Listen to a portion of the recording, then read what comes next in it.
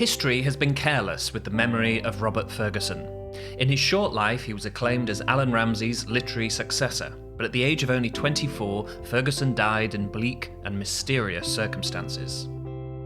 The small number of Scott's poems he left behind had a disproportionately large influence, and by borrowing liberally from Fergusson, the reputation of Robert Burns all but completely eclipsed that of the poet he called his elder brother in the Muse. The street Fergusson was born on, Cap and Feather Close, was largely demolished to make way for Edinburgh's new town in 1767, and its last remaining buildings were swept away in a fire of 1819. The expansion of Edinburgh didn't just claim his family home, but marked the dispersal of the society Fergusson commemorated in his poems. Then there is the puzzling question of what Fergusson really looked like. Historians have questioned the authenticity of portraits of Fergusson, and textual records indicate vanished artworks, caricatures of caricatures, and spurious likenesses reconstructed post-mortem. As recently as November, I attended an unveiling of a newly discovered portrait, which adds a fresh twist to the story of Fergusson's Phiz. Despite all of this, Fergusson is not forgotten. Coinciding with the 250th anniversary of his death just past, there is an ongoing series of events taking place celebrating the legacy of the poet, and a new scholarly edition of his works due in 2026. So, what better time to dedicate a podcast to one of Edinburgh's most iconic poets?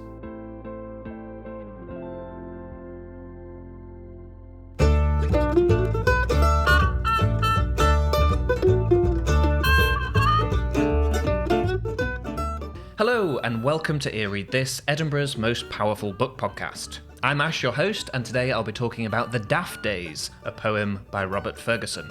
The Daft Days first appeared in the Weekly Magazine, or Edinburgh's Amusement as it was also known, on the 2nd of January 1772, when Fergusson was just 21. The Daft Days was the first poem the magazine published in Scots, and in the words of Fergusson's editor, Matthew McDermott, it landed with the startling effect of a stone breaking the windows of the hothouse. This was the time when the likes of David Hume were excising Scotticisms from their writings in order to appear more proper. Despite its status as an Enlightenment stronghold, Edinburgh was under the sway of trends derived not only from England, but Italy and France.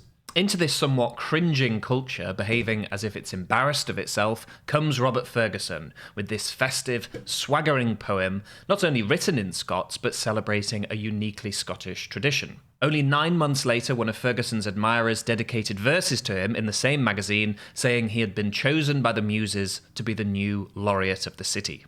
The Daft Days refers to the period of celebration running from Christmas to the first Monday of the new year, known as Hansel Monday.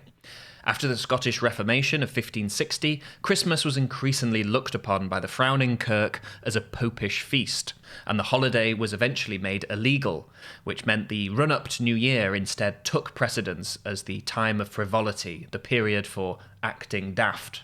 So today I'm going to go through the whole poem. I'm going to go stanza at a time, and I'll pause at the end of each one to give you a line-by-line reading. We'll talk about what's going on in the poem and also discuss some of the Scots vocabulary as well. There's 11 stanzas in all. They're in what's known as Habbie stanzas, which we've talked about before on episodes on Burns's poem Address to the Deil. So if you've listened to that episode, this rhythm and rhyme scheme might sound familiar. So here we go. Here's the first stanza of The Daft Days. Now mirk December's dowie face glowers o'er the rigs with sour grimace, while through his minimum of space the bleer-ey'd sun, wi' blinkin light and stealin pace, his wreaths doth run. So I'll start with the sort of glossary side of things and talk about some of the Scots language, and then we'll go into what the poem actually means. So mirk, dark, as in murky, but spelt with an I. So mirk, dark December's dowie face. Dowie is like dull, gloomy, sad, dour, I suppose. Glowers o'er the rigs with sour grimace. Rigs would be like ridges in a field, furrows in a field. Well, through his minimum of space, I love that line. The bleer-ey'd sun. Bleer would be, like bleary, watery. It's a dirty winter sun. that's sort of smudged. Yeah, it looks like the sun itself has a winter cold, I suppose. So in the Happy stanza, you've got the outer rhyme scheme, if you like, is A, A, A, B, A, B, and the B lines are those shorter lines. The A are the longer ones.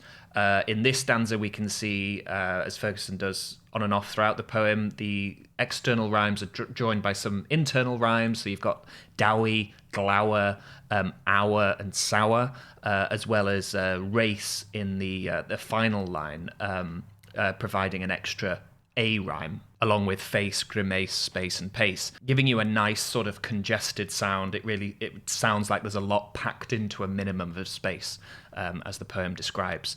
That first couplet, dowie, face, and sour grimace, Fergusson repeats in his most famous poem, Auld Reekie, when he is describing a prostitute. He says, near some lamppost with dowie face, with heavy een and sour grimace. So it's obviously a sound he liked. And while I suppose it's more sordid in Auld Reekie, there's still a kind of a ring of gloom of being down at heel in this poem. So the poem starts with December imagined as glowering down disapprovingly on Edinburgh, on its fields, its rigs. Remember that the city would have been much more agricultural. There would have been fields visible from the environs of Edinburgh, as you can see in paintings at the time. It wouldn't have looked at all like it does today. So it's not a contradiction in terms to describe the fields, but still be set in Edinburgh. One thing that's kind of interesting about the idea of December glowering down is it puts in mind those sour-faced elders of the kirk who have effectively banned Christmas. We're left with a December that's had its usual merriness removed. So I like to imagine December sort of disapprovingly darkening the landscape as if it is some kind of projection of a kirk elder frowning through his minimum of space. I love that line. So obviously minimum of space meaning the sky is just grayer and darker in December. The sun has less light to give and has less time to do so. But also it works so well for an Edinburgh poem when you're imagining the narrow streets of the old town. Even today, there are sun chasers in Edinburgh who hop from bar to bar, even in high summer, trying to find the places that are going to keep the sun for as long as possible. So it works really, really well for this landscape. The idea of minimum of space, a sort of jam-packed, especially in Fergusson's time, a jam-packed city that tightly belted by the Flodden Wall, building upwards and becoming increasingly overcrowded. Moving on then to stanza 2. From naked groves nae birdie sings, to shepherd's pipe nae hillock rings, the breeze nae odorous flavour brings from Borean cave, and dwining nature droops her wings with visage grave. Again, I'll start with the vocab side of things. I don't think there's anything particularly difficult in this stanza. Borean cave, meaning of the north, Boreas being the god of the north wind. And then dwining nature, dwining being this the lovely musical way of saying wasting away or dwindling.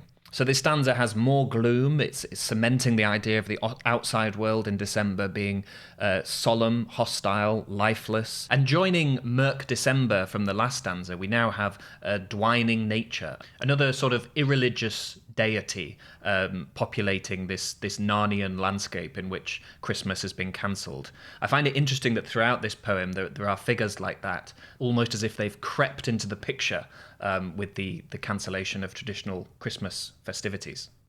Okay, moving on to stanza 3.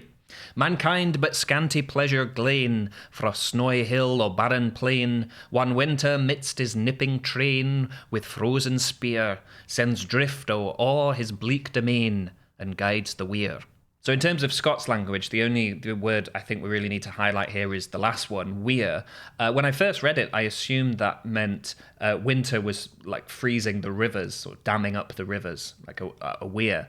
But in one of the notes to this poem, N.J. Endicott gives the gloss of war. So it's almost like winter with his frozen spear is sort of guiding the war of the seasons, ruling over his kingdom of snow and frost.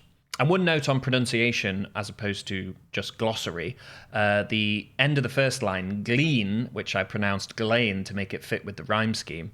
I'm following the advice of critics like Albert D. Mackey, who has pointed out that Fergusson sometimes used the English spelling of words in the knowledge that his Scots readers would apply the Scots pronunciation. So I think with a word like glean, which as an English speaker I would obviously pronounce like that with an E sound, the rhyme indicates that it's pronounced glean to go with plane and train.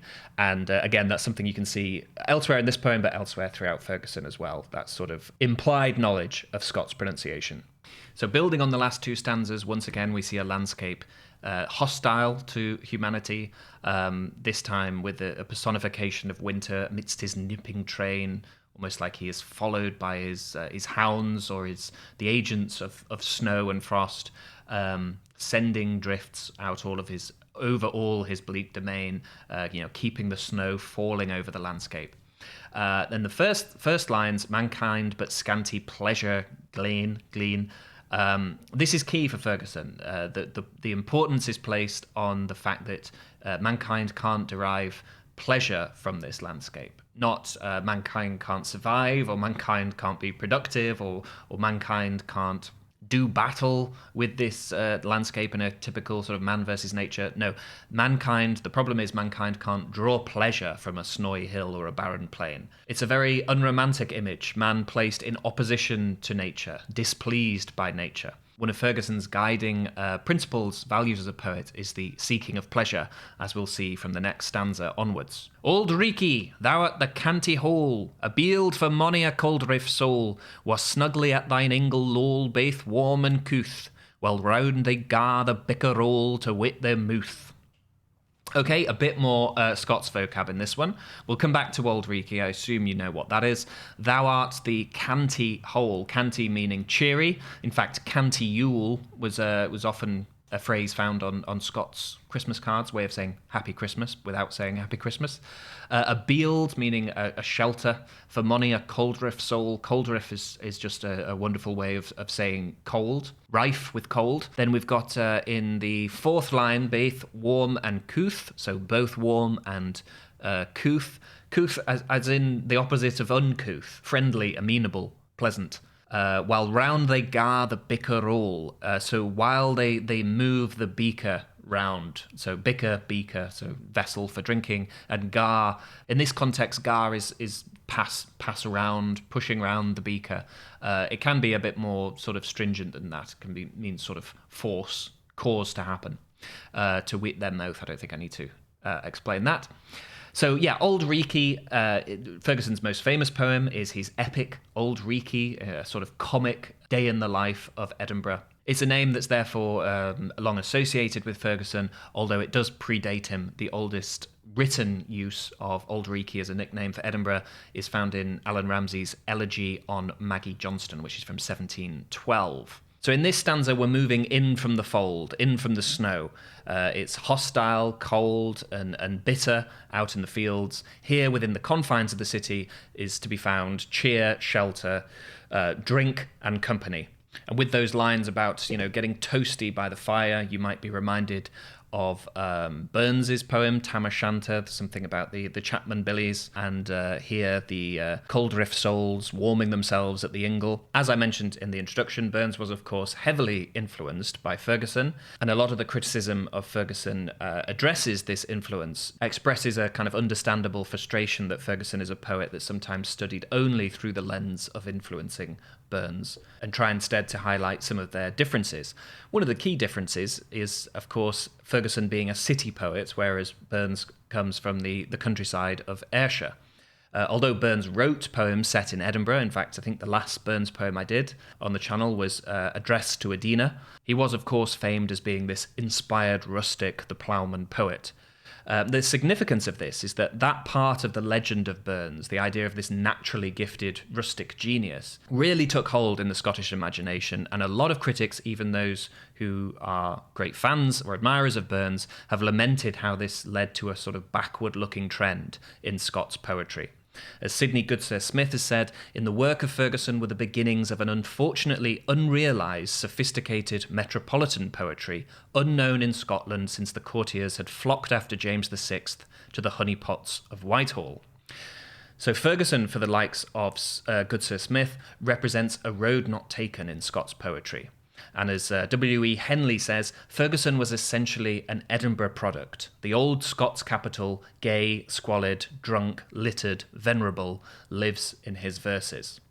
By the old Scots capital, Henley is referring to Edinburgh as it was before the expansion to the new town, when in that minimum of space, the most wealthy and the least wealthy lived kind of elbow to elbow, drank in the same establishments, shared an environment that Fergusson himself took part in, and which surely contributed to the vitality of his verse. David Dakies has said, Fergusson's Edinburgh is still visibly the descendant of Dunbar's Edinburgh, a lusty, dirty, bustling, vivid city pent up on the ridge between the castle and the Holyrood. And that's the image of Edinburgh you find in this stanza, bustling, snug, a scene of fellowship and shelter. Just going back a second before we move on from this stanza to the cold riff soul, meaning cold bodies, but also cold souls, people who are spiritually cold, perhaps a further suggestion of the spiritual gulf that has been left with the outlawing of Christmas, and therefore turning away from religion towards other sources of warmth. Moving on to stanza 5. When merry Yule Day comes, I trow, you'll scantlin find a hungry moo. Sma' are our cares, our stomachs fu, a gusty gear, and kickshaws, strangers to our view, sin fair near. Okay, a bit more gloss on this one. So when merry Yule Day comes, that's obviously fairly straightforward. That's Christmas Day, not called Christmas here, personally. I trust. You'll scantlin find a hungry mouth. You'll scantlin scarcely.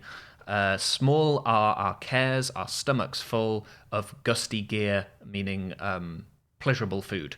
And kickshaws, meaning fancy dishes, strangers to our view since last year. So good eating, the likes of which we haven't seen since last Yule. Yule predates Christianity, even if it was eventually incorporated into Christmas traditions. And eventually the Scottish Parliament would abolish the Yule vacation in 2 acts, one of 1640 and one in 1690. And it took a long time for Christmas to make a comeback in Scotland. Christmas only became a bank holiday in 1871, and it only became a public holiday in 1958. And this cancelling of Christmas attracted criticism from south of the border. Some people thought that by turning their backs on God, the Scots had brought a terrible punishment on themselves. Robert Jameson saw evidence of the Lord's judgment against the Scots for working on Christmas Day, when some oxen broke their necks and lamed some ploughmen. So the main takeaway from this stanza is joining the beaker rolling round in the last one. Now we have the kickshaws and gusty gear, the fancy food that's warming the people of Edinburgh and taking away their cares. We get a bit more detail on exactly who those people are in the next stanza, stanza 6. Ye brewster wives, now busk ye bra, and fling ye sorrows far awa, then come and gaze a tither blar o' reamin ale, mair precious than the wellest spa, our hearts to heal. Okay, so starting with the Scots, ye brewster wives, brewer wives, wives of brewers, now busk ye braw, dress your best, and fling your sorrows far away, obviously, and then come and gi'e the tither blore. So come and give us another draught, another swig of reamin ale, foaming ale, mair precious than the wellest spa, our hearts to heal. The spa would be referencing the Belgian watering place from which the word derives, the mineral springs of Belgium. So give us another pint, lass, is really the takeaway from this stanza. Give us another drink and fling your sorrows far away. And again, a suggestion that this is doing something more than just pleasure, or that within pleasure there is something higher gained. It's actually going to heal our hearts like a trip to a spa. It's going to, affect some kind of purification or something spiritually improving as well as just fun. Just having a look at that first line with that lovely alliteration, ye brewster wives, now busk ye bra. I want to talk a little bit about the type of Scots Fergusson was using.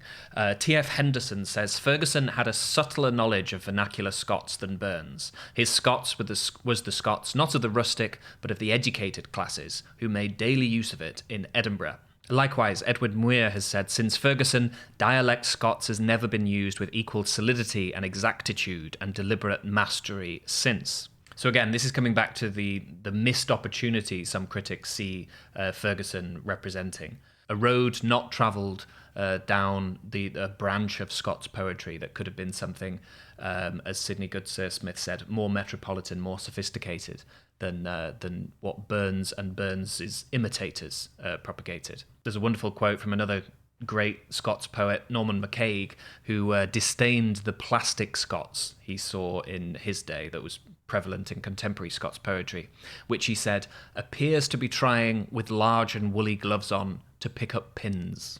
Okay, so we've got another pint from the brewers' wives. Now let's move on to stanza 7.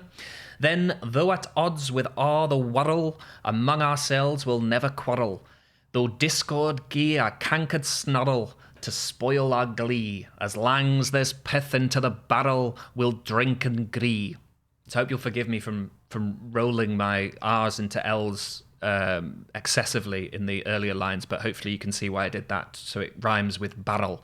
Warrel has to rhyme with barrel, so you have to not say world or quarrel, because it won't. It'll fall flat on its face. Again, as an English speaker, you sometimes do have to read ahead to see where the rhyme is going. Sidney Goodsir Smith has a nice line about the humour of Fergusson being not so much in the thought as in the rhyme itself.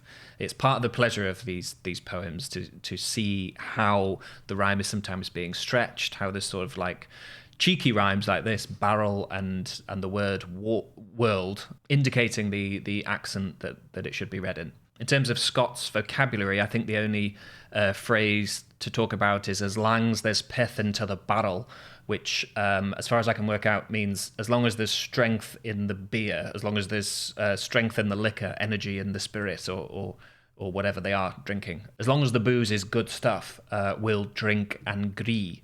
On that note, let's just quickly talk about Fergusson and drinking, because like Burns, he is remembered as a legendary boozer, and a lot of critics and historians have traditionally attributed his early death with a dissipated life, drinking away his talent and his health with fellow members of the Cape Club, which we'll talk about in a moment, basically a life that was permanently inebriated. Robert Chambers, one of the great historians of Edinburgh, said that in this time, intemperance was the rule to such a degree that exception could hardly be said to exist. So there are those who say Fergusson and Burns, for that matter, weren't especially remarkable drinkers by the standards of their age. It was just an age that did drink a lot. Certainly from contemporary accounts like Boswell in his Edinburgh Diaries, we get the impression that whether or not you were a lawyer or a poet, that is just how much people drank. Sidney Goodsir Smith has said that a lot of the focus on Fergusson's supposed dissipation is overblown, and it's a product more of the moderate ages that followed him.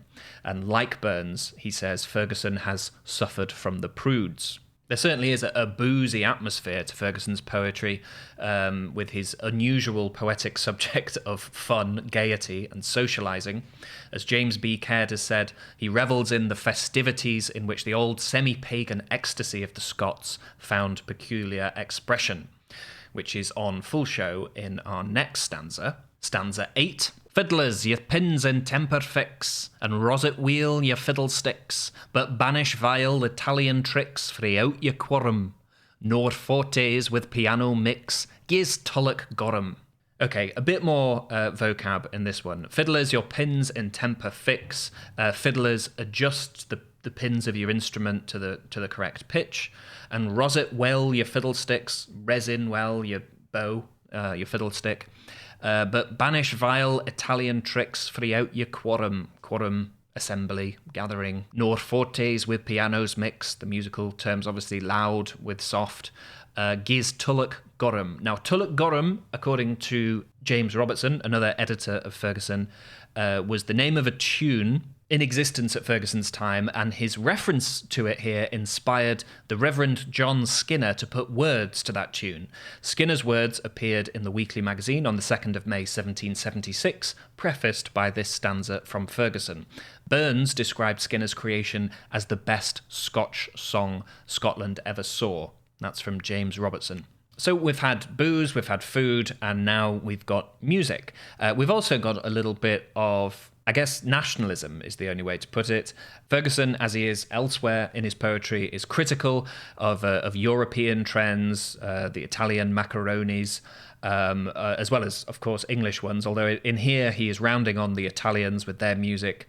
Don't bother with any of their fancy tricks. Give us a good old Scots tune. Very typical of Fergusson's defensive stance when it comes to Scottish culture against the encroachment of Italians, French, and in particular the English. Moving on to stanza 9. For naught can cheer the heart so weel as can a canty Highland reel. It even vivifies the heel to skip and dance. Lifeless is he wha canna feel its influence. Not quite sure on my rhyme there. It's either skip and dance its influence or skip and dance its influence. I'm going to go with that for now.